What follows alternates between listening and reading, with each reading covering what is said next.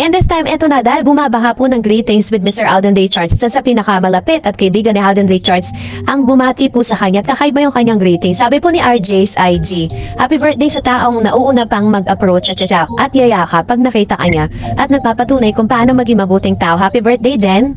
Yan, so isa sa mga fans nga niya na post at talagang tila baga na-experience niya yung goodness ni Mr. Alden Richards.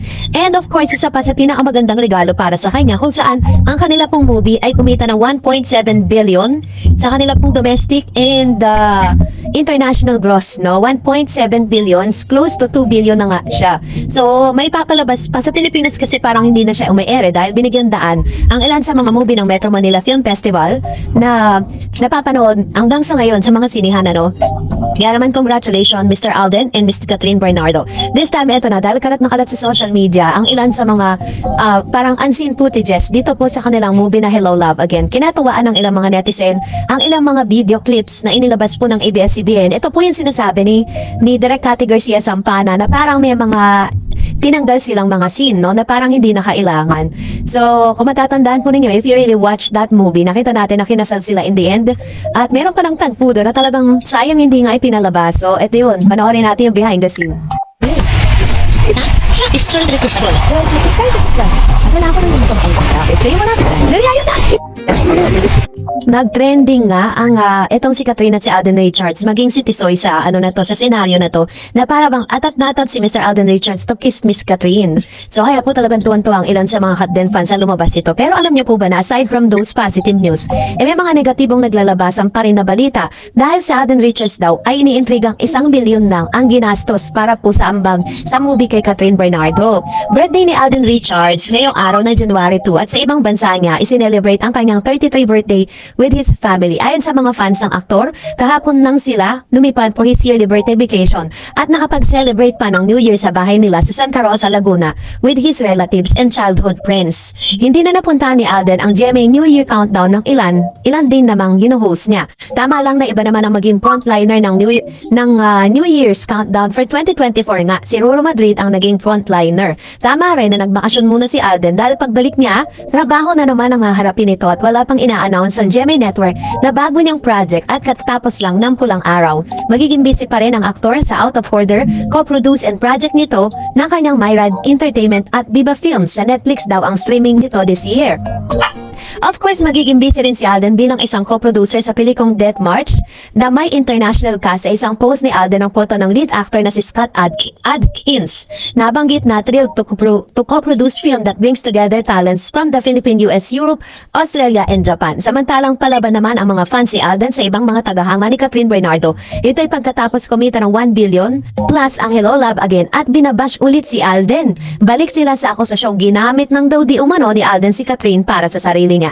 Tigilan na raw ni Tisoy sikat at kapuso star na lang siya dumikit. May nag-comment pa nga na 1 billion plus gross ng HLA 1 million lang umano ang ambag ni Alden at pansito. Bagay na inalmahan ng tagahanga ni Alden. Sino raw ba at kaninong kampo nang bibigay ng ayuda at pinapalabas na yung mga ganitong klase ng mga news kasi parang sinasabi nila na mas marami daw fans si Mr. Alden Richards na nag-ambag-ambag para po dito po sa nasabing movie, no, para parang if you're going to read between those lines, sinasabi nila na mas marami pa rin talaga ang fans si Catherine, which is bagay na inalmahan ng ilang mga fans kasi bakit may mga ganitong klase ng fans na parang pinabubulong nila yung sitwasyon ng Katden, diba? Na parang wala ba talagang fan base si Alden kung bakit ganito na lang po yung kanilang pambabash. At syempre, nung check natin yung mga fans na yan, alam na natin kung kanino mga tagahanga yan.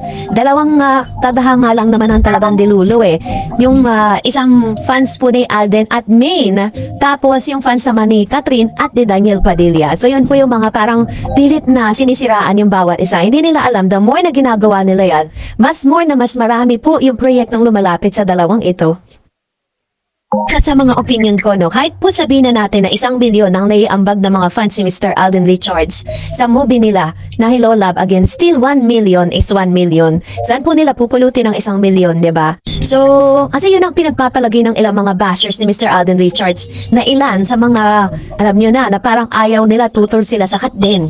So, parang hindi naman mabubuo na 1.7 billion yan kung wala din yung 1 million na sinasabi nila na ambag ng fans si Alden Richards. Kaya hindi natin pwedeng i-discount stalk yan. Counted pa rin yan sa success ng Kat din. And for that, mag-react tayo sa mga komento ninyo. Unahin natin si Ma'am Shiro. Sabi niya, look at Kat's blouse. Favorite color ni Alden. Ang suot niya, blue and green grapes with her favorite color. Diba? Yung tinutukoy po niya dito, yung suot ni Miss Catherine during sa New Year's Eve. Diba? Yung polka dots. And Mr. Dan Vergara said, mahal na talaga Ma'am Darets, 335.60 ang ticket ng breadwinner, samantalang yung HLA ng Kat din is 285 lang. Pero di nila kaya pantayan ng HLA kahit pagsamahin pa lahat ng kinita ng MMFF, malabo talaga. Actually sabi po sa numbers, dun po sa gross, parang mas mahina yung kinita or kita ng Metro Manila Film Festival movie ngayong taon, ikukumpara sa last year. Ang sabi ni Miss Geraldine Fabian, ipag-pray na lang natin na magiging sila dahil super bagay sila sa isa't isa. Deserve nila ang isa't isa. Huwag maniwala sa mga fake news. Diba? So yun po yung pwede nating gawin. Let's pray harder. At intay natin ang kanilang announcement. Sabi ni Serenato, sa Miss Darrens, thank you for your updates. Galing ni Kat sa pagkain ng 12 grapes at favorite color pa ginamit, green. One thing I'm pretty sure. And point of view sa pagkain ng 12 grapes, hindi magkakaroon ng love life this year. Gusto ma-achieve niya. Meron na siyang love life. Kung career naman, successful din siya. I think ang wish niya, this successful love life, away from evil eyes of those haters and bashers out there. Pinalangin niya, walang issue sa love life niya. Kaya din siguro pinili din ni Alden maging private para maiwasan yung paninira, just like a relationship niya sa ex na open in public, kabilaan ng mga issue, which is true. Yun naman kasi talagang iniiwasan po nila yung magkaroon po ng parang yung sa showbiz kasi kapag maganda yung relationship ng isang couple, lalo parehas na artista, pilit na sinisira. Kapag sira naman na, pilit naman na binabalik. Diba ganun kasi sa showbiz eh. And yun yung isang bagay na iniingatan nila kasi yun lang yung pwede nilang isikreto sa sarili nila. Diba? Na bagay na hindi nauunawaan ng mga Delulu fans. Sabi ni Joel Lopez, kahit na di natin ipagdasal sila na talaga, kunyari lang sila na wala pang romance, pero mayroon na talaga yan. Naniniguro lang si Kat o nag-iingat sa relasyon nila kasi ayaw na rin ni Kat na mawala pa sa kanya si Alden. Ito naman po yung opinion ni Mr. Joel and Glenda Monorio. Magandang screenplay ang lead ni Alden and Kat. So kung sino man ang magbibigay ng magandang storyline para sa movie ni Tisoy at Attorney, which is true, diba? Deserve nila ng magandang screenplay at storyline kasi blockbuster actors and actresses sila, mga A-lister yan eh. And Ma'am si Bergie, kay Ma'am Doris, January 30, 2025, may famous award ata sa LA at makapumunta si Miss Catherine and Alden doon sa LA kasi ang movie nila HLA sa isa sa list. Tapos si January 27, 2025 may ganap din ata sa famous award din at abang-abangan na lang natin ang Kat din. I believe in relationship na sila sa private life. Miss yung Kat din, Ma'am. Thank you Ma'am Shi.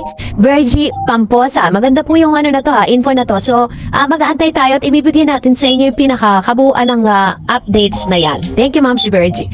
And that's it for today. For more videos and updates, please don't forget to like and subscribe. And please don't forget to follow my Facebook page, Darrens TV. God bless everyone!